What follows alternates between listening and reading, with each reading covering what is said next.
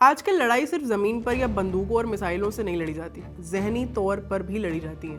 Social media एक नया युद्ध का मैदान बन चुका है, जहां नैरेटिव यानी कहानी, छवि और सोच को जीतना ही असली सफलता मानी जाती है। आप क्या सोच रहे हैं वो जमीनी हकीकत से वास्ता भले न रखता हो, पर अगर ट्रेंड कर रहा है तो उसे सच माने जाने की संभावना अत्यधिक है। इसी बात का फायदा उठा इंडिया के खिलाफ फॉल्स नैरेटिव चलाया जा रहा है, वहां जहां भारत या उसके नागरिक मौजूद ही नहीं खुद को या देश को डिफेंड करने के लिए।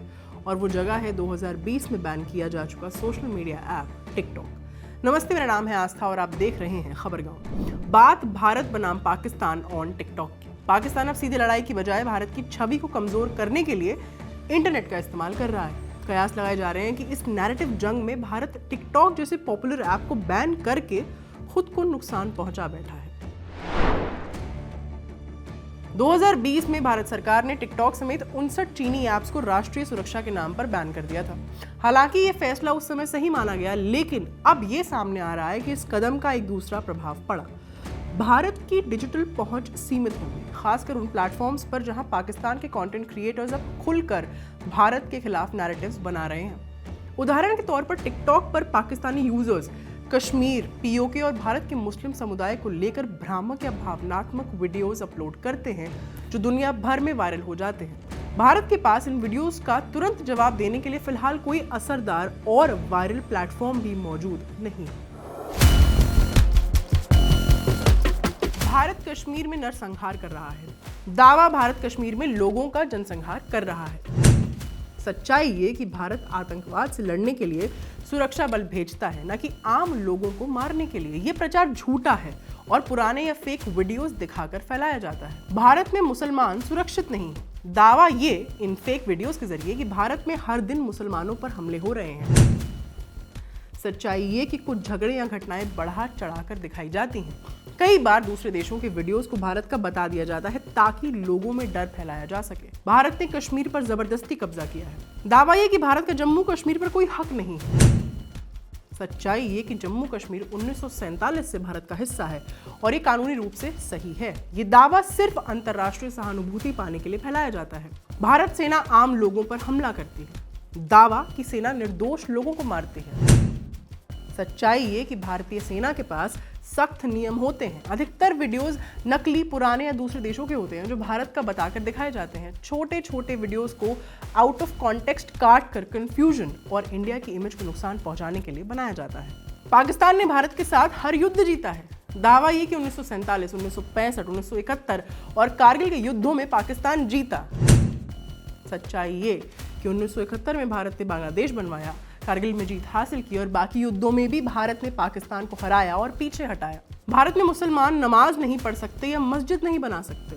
दावा इन फेक वीडियोस के जरिए ये कि भारत में मुसलमानों को धर्म की आज़ादी नहीं है। सच्चाई हम सब जानते हैं कि भारत एक धर्मनिरपेक्ष देश है।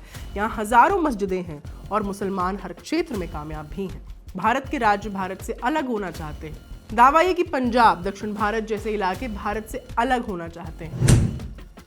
सच्चाई ये कि सिर्फ कुछ अलगाववादी लोगों की ये बातें हैं। ज्यादातर लोग अपने भारतीय होने पर गर्व करते हैं। टिकटॉक से हो रही आतंकी भर्तियां। आपको जानकर ताज्जुब होगा कि आतंकवादी संगठन या उनके समर्थक जिहादी प्रचार प्रसार करने और युवाओं को भर्ती करने के लिए टिकटॉक का कितना बेशर्मी से इस्तेमाल कर रहे हैं। स्काई न्यूज की एक रिपोर्ट के मुताबिक मुरीद के सहित कई इलाकों में टिकटॉक वीडियो का इस्तेमाल किया जा रहा था, जहां युवाओं को लश्कर तैयबा द्वारा मस्जिदों, मदरसों, इस्लामी मदरसों के अंदर प्रशिक्षित किया जा रहा था। मुदीर के उन 9 आतंकी लॉन्च पैड में से एक है जिन्हें 9 मई को ऑपरेशन सिंदूर के तहत भारत ने निशाना बनाया था। पाक चीनी भाई भाई। पाकिस्तान के हाथों भारत के राफेल फाइटर जेट्स को गिराने का मजाक उड़ाने वाली एक वीडियो चाइनीज क्रिएटर्स द्वारा टिकटॉक पर साझा की गई। ये सैटिरिकल वीडियो वायरल हो गई और इस वजह से भारत पाक के बीच टेंशन ज्यादा बढ़ती दिखाई दे रही है। साथ ही इसने पब्लिक डिस्कशन को भी खासा हवा दी है। वीडियो में 4 चाइनीज कंटेंट क्रिएटर्स भारतीय पोशाकें पहने पैरोडी डांस करते दिखाई दे रहे हैं। अगर स्पष्ट तौर पर कहें तो उनकी पोशाकें इंडियन नहीं, ओवरली इंडियन है, ताकि ये एकदम क्लियर किया जा सके कि इंडियंस का मजाक उड़ाया जा रहा है। एक मीन ह्यूमरस रीमिक्स के साथ इस वीडियो की परफॉर्मेंसेस साफ तौर पर इंडिया को टारगेट करती हैं। पाकिस्तान के द्वारा इंडियन राफेल जेट्स को शूट डाउन करने वाले मुद्दे पर चाइनीज क्रिएटर्स इंडिया का मजाक भी उड़ाते दिखते हैं। ये पैरोडी टिकटॉक और वीबो जैसे प्लेटफॉर्म्स पर अवेलेबल है, जहां इसे लाखों व्यूज ऑलरेडी मिल चुके हैं। कई चाइनीज यूजर्स के मुताबिक ये वीडियो चाइना का पाकिस्तान को सपोर्ट करने का तरीका है, खासकर बीजिंग और इस्लामाबाद के बीच बढ़ती मिलिट्री कोऑपरेशन के चलते। ये इकलौती ऐसी चीज नहीं जो भारत के खिलाफ फॉल्स नैरेटिव सेट कर रही हो, खासकर ऐसे नाजुक वक्त में। चूंकि टिकटॉक भारत में बैंड है, तो वहां मौजूद कंटेंट को डिफेंड करने के लिए कोई इंडियन है ही नहीं। जाहिर है इससे भारत के खिलाफ नैरेटिव बन रहा है और फैल भी रहा है। ये मजाक के तंज भारत पाक के बीच तनाव के ड्रामेटिक एस्केलेशन के तुरंत बाद आया। जैसा कि आपको पता है, 22 अप्रैल को पहलगाम में आतंकी हमले में 26 लोगों की जान गई। आतंक के खिलाफ जीरो टॉलरेंस रखने वाले भारत ने जवाब में वाघा बॉर्डर को बंद कर दिया, इंडस वाटर ट्रीटी को निलंबित कर दिया और पाकिस्तान ने वीजा भी रद्द कर दिया। पाकिस्तान ने चेतावनी के साथ जवाब दिया कि वाटर फ्लो में कोई भी हस्तक्षेप युद्ध की कार्रवाई मानी जाएगी, और उसने अपनी तरफ से भी सीमा सील कर दी। कुछ दिन बाद टेंशन और बढ़ गई जब ऑपरेशन सिंदूर लॉन्च किया गया। आतंकियों और आतंकवादी संगठनों को पनाह देने की गलती मानने की जगह पाकिस्तान ने जवाब में भारत के खिलाफ अटैक शुरू कर दिए। भारतीय सेनाओं ने भी इन अटैक्स का मुंह तोड़ जवाब दिया। अब जहां इंडियंस का होना मुमकिन नहीं या जहां वे खुद को डिफेंड नहीं कर सकते, वहां उनका मजाक उड़ाया जा रहा है। टिकटॉक पर जो ऐप इंडिया में बैन है, सिंगल हैंडेडली वहां मौजूद क्रिएटर्स ये भी डिसाइड कर रहे हैं कि इंडिया नैरेटिव वॉर हार रहा है। कोई सेंस है इस बात की? इमोशनल वीडियो और स्टोरी टेलिंग। पाकिस्तान के social media activist TikTok, snack video और क्वाई जैसे प्लेटफॉर्म्स पर सैनिकों पर झूठे आरोप और धार्मिक भावनाओं को भड़काने वाली क्लिप्स बनाकर लाखों व्यूज बटोरते हैं। ग्लोबल ऑडियंस तक सीधी पहुंच। टिकटॉक जैसे प्लेटफॉर्म भारत में भले बैन हो, लेकिन पाकिस्तान और मिडिल ईस्ट देशों में ये खूब चलते हैं। ऐसे में वहाँ के क्रिएटर्स आसानी से भारत विरोधी वीडियोस फैला सकते हैं। अंग्रेजी और स्थानीय भाषाओं का इस्तेमाल। कई पाकिस्तानी क्रिएटर्स अपने कंटेंट को अंग्रेजी, उर्दू, पश्तो और पंजाबी में भी बनाते हैं, जिससे उनका कंटेंट ज्यादा लोगों तक पहुंचता है। भारत की तरफ से जवाब देने वाले सीमित रह जाते हैं, क्योंकि हम वहाँ मौजूद ही नहीं हैं, तो ऐसे कंटेंट का काउंटर कंटेंट एग्जिस्ट ही नहीं करता।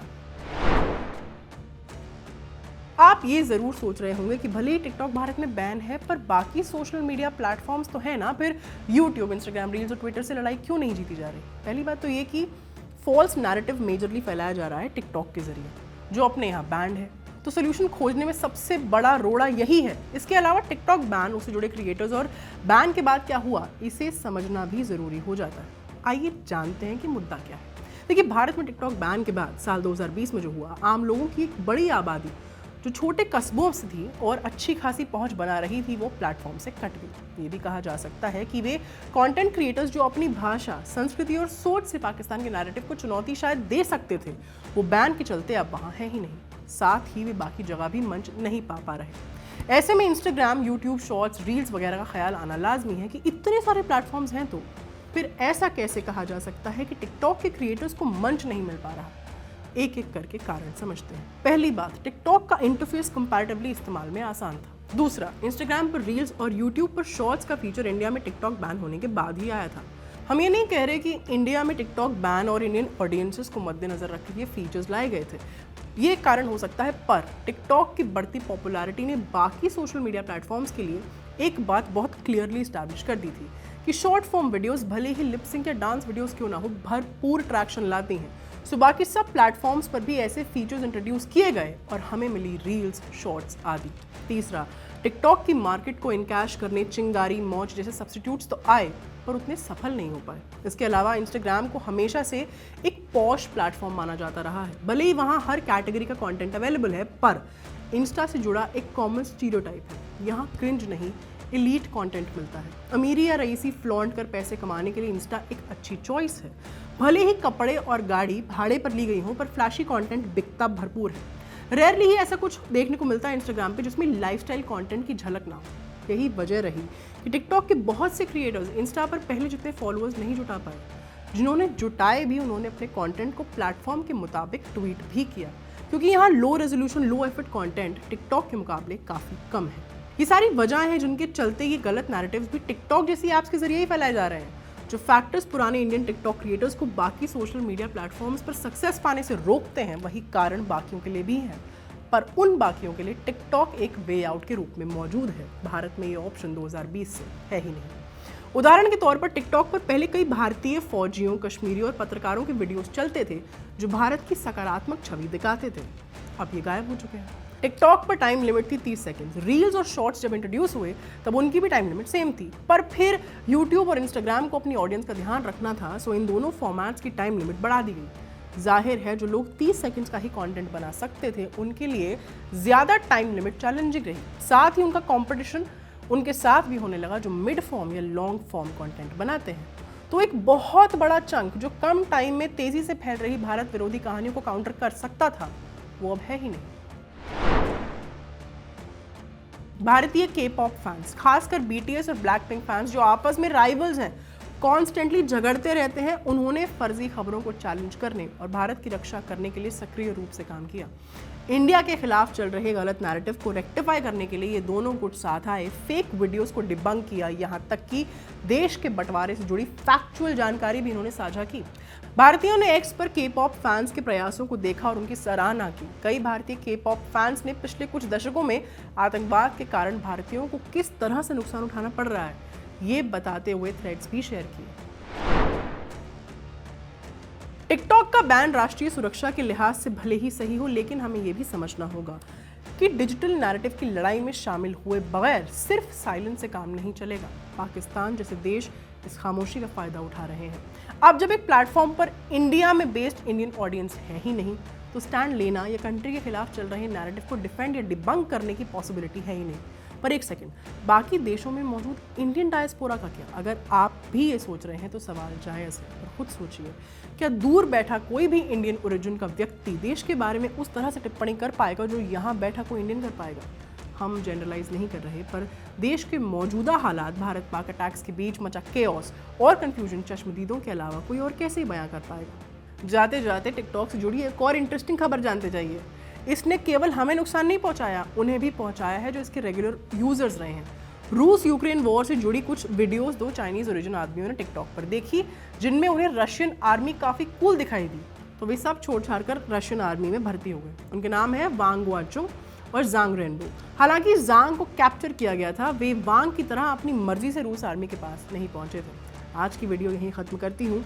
इस डिजिटल वॉर में आपके कुछ सजेशंस हों तो कमेंट बॉक्स खुला है। कैमरा के पीछे हमारे साथी सर्वेश। अपना ख्याल रखिए और बने रहिए खबरगाहों के साथ। बहुत बहुत शुक्रिया।